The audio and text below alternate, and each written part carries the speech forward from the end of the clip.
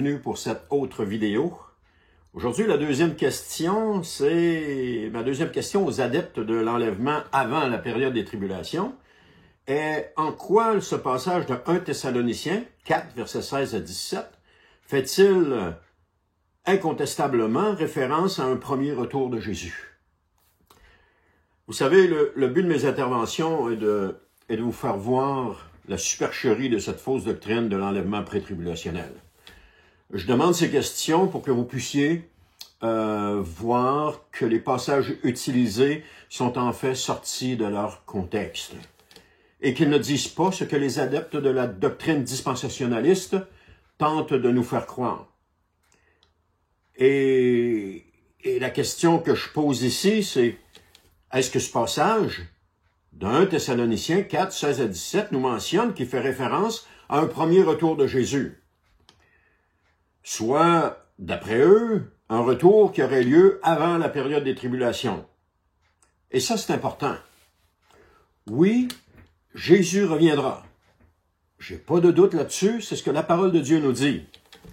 Oui, l'enlèvement des croyants aura lieu. J'ai pas de doute là-dessus, c'est ce que la parole de Dieu nous dit. Mais, là où j'ai un problème, est-ce que ce sera comme les pré-tribulationnistes nous le disent, ou ce sera comme Jésus le dit? Qui voulons-nous croire? La Bible ou les dispensationalistes? Selon les tenants de la fausse doctrine de l'enlèvement, avant la période des tribulations, il y aurait donc 2 retours de Jésus et 2 résurrections des morts. Et pour se conformer aux Écritures, il faudrait qu'il y aurait 2 enlèvements, ce que la Bible ne mentionne absolument pas. Quelqu'un me disait dans un commentaire, « Oui, mais c'est l'ensemble des passages qu'il faut que tu regardes. » Oui, mais si le passage utilisé pour faire référence à un enlèvement avant la période des tribulations, et que ce passage n'en parle pas, donc, en toute logique, on ne doit pas l'utiliser. S'il est utilisé, c'est qu'il est utilisé en dehors de son contexte, parce que son contexte n'en parle pas, donc il est utilisé en dehors de son contexte. Et si c'est utilisé en dehors de son contexte, ben c'est de la falsification de la parole de Dieu. C'est rien d'autre que ça. Je pose cette question parce que le passage est considéré comme la base principale de la doctrine de l'enlèvement pré-tribulationnel. Et si ce passage est la base principale, et qu'il ne parle même pas d'un enlèvement avant les tribulations, bon sang, où est-ce qu'on s'en va avec ça? Où est-ce que nous nous en allons avec ça? Les défenseurs du pré-tribulationnisme le comprennent comme un événement distinct du retour visible de Christ. Donc, selon leur théorie, il y aurait 2 retours de Jésus. Est-ce que la Bible parle de cela quelque part? Je vous pose la question, si vous êtes un adepte de la pré-tribulation, de l'enlèvement avant la tribulation, est-ce que la Bible parle clairement de 2 retours de Jésus? Et je dis bien clairement, je pourrais utiliser le mot explicite, explicitement. Est-ce qu'elle en parle? Tout comme elle parle très explicitement du retour de Jésus, mais est-ce qu'elle parle de 2 retours avec autant de conviction, autant d'assurance, si on peut le dire comme ça? Mais laissez-moi vous dire que non. Non, elle n'en parle pas. Absolument pas. La Bible ne parle en aucun temps de 2 retours de Jésus. Vous n'êtes pas tanné de vous faire mentir? Vous n'êtes pas tanné de vous faire bourrer par une fausse doctrine? Regardons ensemble le passage de 1 Thessaloniciens, chapitre 4, versets 16 à 17, qui nous dit « En effet, au signal donné, sitôt que la voix de l'archange et le son de la trompette divine retentiront, le Seigneur lui-même descendra du ciel, et ceux qui sont morts unis à Christ ressusciteront en premier lieu. Ensuite, nous qui serons restés en vie à ce moment-là, nous serons enlevés ensemble avec eux dans les nuées pour rencontrer le Seigneur dans les airs, ainsi nous serons pour toujours avec le Seigneur.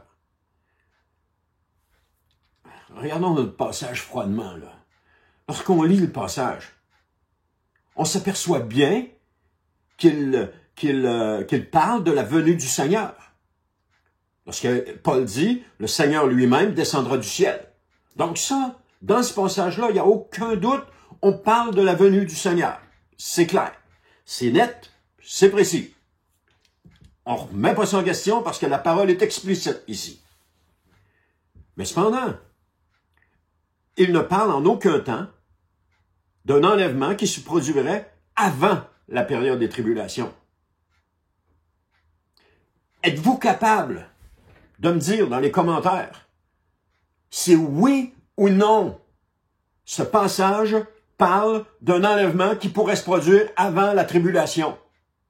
Êtes-vous capable d'être honnête puis de me dire oui ou non? Parce que c'est pas ça que j'ai dans les commentaires. Ce que j'ai dans les commentaires, c'est du n'importe quoi, mais on répond jamais à la question. C'est normal. Parce que la réponse, je vais vous la donner, c'est non. Le passage ne parle pas d'un enlèvement avant la période des tribulations. Et si vous dites que c'est ça qui parle, ben vous êtes en train d'induire les gens en erreur. Vous induisez les croyants en erreur. Tournez le texte, comme j'ai dit dans la vidéo précédente, tournez le texte dans tous les sens et vous allez voir qu'il n'en fait aucune référence d'aucune manière.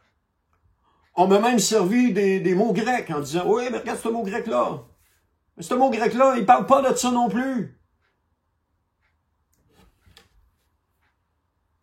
C'est Charles Spurgeon qui disait que la fausse doctrine, c'est du presque vrai. C'est pas du vrai, c'est du presque vrai. Mais elle est tellement presque vraie que les croyants qui ne sont pas bibliquement versés dans les Écritures ne voient absolument rien. Ils passent à côté complètement. Et ce n'est que de la fumée pour eux.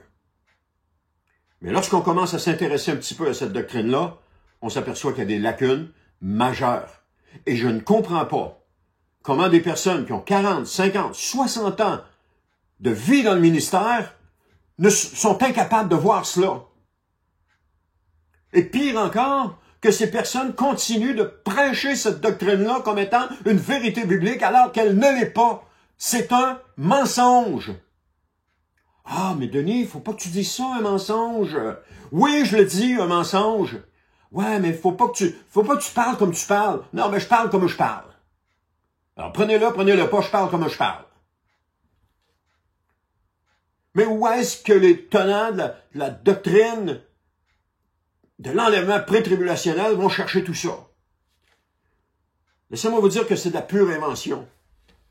Ça sort de l'imaginaire de certaines personnes. Ça n'a aucun fondement biblique. Je vais aller plus loin que ça. C'est une doctrine de démon. Et selon les adeptes de l'enseignement pré-tribulationnel, ce passage mentionnerait que ce serait le premier retour de Jésus. Un premier retour, comme il explique, pour prendre les chrétiens morts et vivants et les amener au ciel pour échapper à la tribulation. Même certains affirment que ça se fera en secret. Les gens vont disparaître, pouf, comme ça. Jusqu'à maintenant, tous ces scénarios ne sont absolument pas bibliques. C'est pas compliqué. Étudiez un peu les Écritures et vous allez voir.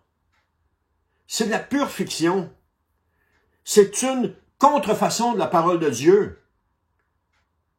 Comme j'ai dit tantôt, c'est pas du vrai, c'est du presque vrai. Pourtant, les croyants qui sont trompés adhèrent à cette fausse doctrine sans rien remettre en question. Si ce passage est le fondement de la doctrine, de cette doctrine, il devrait, à mon avis, à tout le moins, faire allusion à un premier retour de Jésus. Ce serait normal. Plus encore, la Bible devrait en parler. Mais la Bible ne parle que d'un seul retour de Jésus. Ouvrez les yeux. On vous ment. Et quand vous essayez de me convaincre de cette fausse doctrine-là, vous me mentez. Ouvrez les yeux, on vous ment. Depuis Darby jusqu'à aujourd'hui, on vous ment. On vous fait croire une doctrine qui n'est pas biblique. Ouvrez les yeux. Cette doctrine vient directement de la Bible. Elle ne vient pas de la parole de Dieu. Maintenant, y a-t-il une seule mention de cela dans le texte, dans le contexte, et même dans le chapitre 4 et 5 de 1 Thessaloniciens? La réponse est non. Il n'y en a pas. Il n'y a aucune mention de cela dans le contexte, ni même dans toute la Bible. De dire que ce passage fait référence à un premier enlèvement en revient à inventer quelque chose que la parole de Dieu ne dit pas. Elle dit quoi, la Bible, au sujet du retour de Jésus? Elle dit plusieurs choses, mais je vais en prendre juste une pour appuyer ce que je suis en train de dire ici. Et remarquez que c'est Jésus lui-même qui dit qu'il reviendra au dernier jour. Et il ne mentionne nulle part qu'il va revenir avant.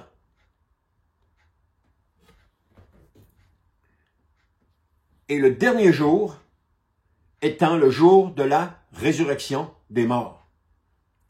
Je vous donne un seul passage, c'est Jean chapitre 6, verset 39, mais il y en a d'autres, il y en a plusieurs autres, principalement dans Jean, qui nous disent la même chose, que Jésus répète la même chose. Ça nous dit, « Or, celui qui m'a envoyé veut que je ne perde aucun de ceux qu'il m'a donnés, mais que je les ressuscite au dernier jour. » Et ça, ce n'est que l'un de plusieurs passages similaires. Alors, selon leur théorie, les dispensationalistes, le dernier jour sera donc le jour de l'enlèvement avant la période des tribulations. Parce qu'il y aura, selon eux, une résurrection des morts. Alors, l'enlèvement de la pré-tribulation, c'est le dernier jour. Si on fait 1 plus 1, ça égale 2, c'est le dernier jour.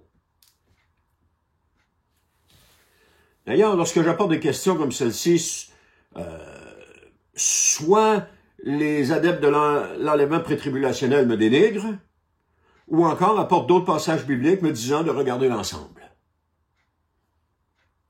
Mais ils ne répondent pourtant pas à une simple question comme celle-ci.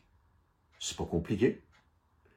Est-ce que le passage fait allusion à un premier retour de Jésus avant la période des tribulations? Oui ou non?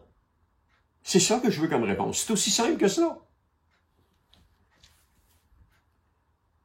Ils sont incapables de répondre à cette question parce que ça n'en parle pas. Si ça n'en parlait, ils pourraient répondre, mais ça n'en parle pas. Donc, ils sont incapables de répondre à cette question. Ce passage ne prouve en rien ou ne confirme absolument pas un enlèvement pré-tribulationnel. Pourtant, et je dis bien pourtant, ce message est véhiculé dans les églises par des pasteurs, des enseignants. Ils induisent ainsi les gens en erreur, et cela, c'est un péché. Nous tous qui enseignons, nous avons... il y en a qui pensent que je ne suis pas un enseignant, je ne me suis jamais prétendu un enseignant non plus. Mais tous ceux qui... Nous tous qui enseignons, nous avons le devoir de dispenser droitement la vérité de la parole de Dieu. Enseigner une fausse doctrine, ce n'est pas dispenser droitement la vérité de la parole de Dieu. C'est induire les gens en erreur. Je vous encourage donc à plonger vos regards dans la parole de Dieu, de demander l'aide du Saint-Esprit pour vous montrer la vérité, de réfuter toutes ces fausses doctrines. Parce qu'en ces temps de la fin, l'Église ne peut plus se complaire dans des fausses doctrines. Elle doit revenir au fondement même de la parole de Dieu et rejeter les fausses doctrines et non seulement les rejeter, mais les dénoncer. Quelqu'un me disait, Oui, mais dis ce que tu as à dire, là, c'est pas plus grave que ça. Non, c'est grave. C'est une fausse doctrine, elle induit les gens en erreur. C'est grave. Elle altère la vérité de la parole de Dieu, c'est grave. On ne peut pas laisser passer une chose comme ça. On doit la dénoncer. Alors que ceux qui enseignent ces fausses doctrines soient dénoncés parce qu'ils font un tort irréparable à l'Église du Seigneur Jésus. Et laissez-moi vous dire qu'ils sont légions en ce moment dans l'Église. Malheureusement, l'Église a été négligente dans ce domaine au cours des derniers siècles. Et aujourd'hui, elle en paye le prix. Les fausses doctrines ont pris une ampleur tellement monstrueuse. Si vous ne vous intéressez pas au sujet, vous n'avez aucune idée de la grosseur ou de la monstruosité de ces fausses doctrines qui ont pris place dans l'Église. Nous utilisons une parole de Dieu falsifiée. Et nous affirmons que cette parole falsifiée est la parole de Dieu. Ah, j'en reviens juste pas. C'est un déshonneur à la parole de Dieu. C'est un affront à la vérité de la parole de Dieu. J'ai honte. J'ai honte. Je peux pas croire qu'on en soit rendu là. Quand Jésus dit, j'ai pas le passage avec moi, mais quand Jésus dit que on ne doit pas rien ajouter à la parole, amener une fausse doctrine, c'est ajouter à la parole. Parce que c'est déclarer quelque chose qu'elle ne dit pas. C'est prétendre quelque chose qu'elle ne prétend pas. C'est ajouter à la parole. Et vous connaissez la conséquence si on ajoute à la parole. Alors je vous encourage, retournez à la parole de Dieu. Retournez, demandez l'aide du Saint-Esprit pour vous faire voir clair dans toutes ces fausses doctrines. Aujourd'hui, il y a plein d'outils pour nous aider à mieux voir et à mieux comprendre. Utilisez-les. Mais surtout, ne prêchez plus cette doctrine-là parce que vous écartez les gens de la vérité. Vous leur donnez un faux espoir et vous les empêchez de se préparer pour ce qui s'en vient. Et des millions de chrétiens vont entrer dans la période des tribulations et ne seront pas préparés. Qu'est-ce qu'ils vont faire? Ils ne seront pas capables de tenir jusqu'au bout. Ils vont abandonner. Et ça sera la faute de qui? De ceux qui leur ont dit, « Inquiétez-vous pas, il n'y a pas de danger. Vous allez être enlevés avant que le Seigneur revienne. » Alors ces gens qui enseignent cela, laissez-moi vous dire, je ne mâcherai pas mes mots, ce sont des faux prophètes. Parce qu'ils prétendent parler de la part de Dieu, mais ils enseignent une fausse doctrine qui ne vient pas de Dieu, mais qui vient des démons. Alors, revenez à la parole de Dieu. Revenez, c'est important. Parce que si vous ne revenez pas, vous allez payer le prix. Vous allez en payer le prix. Je vous en supplie. Revenez à la parole de Dieu.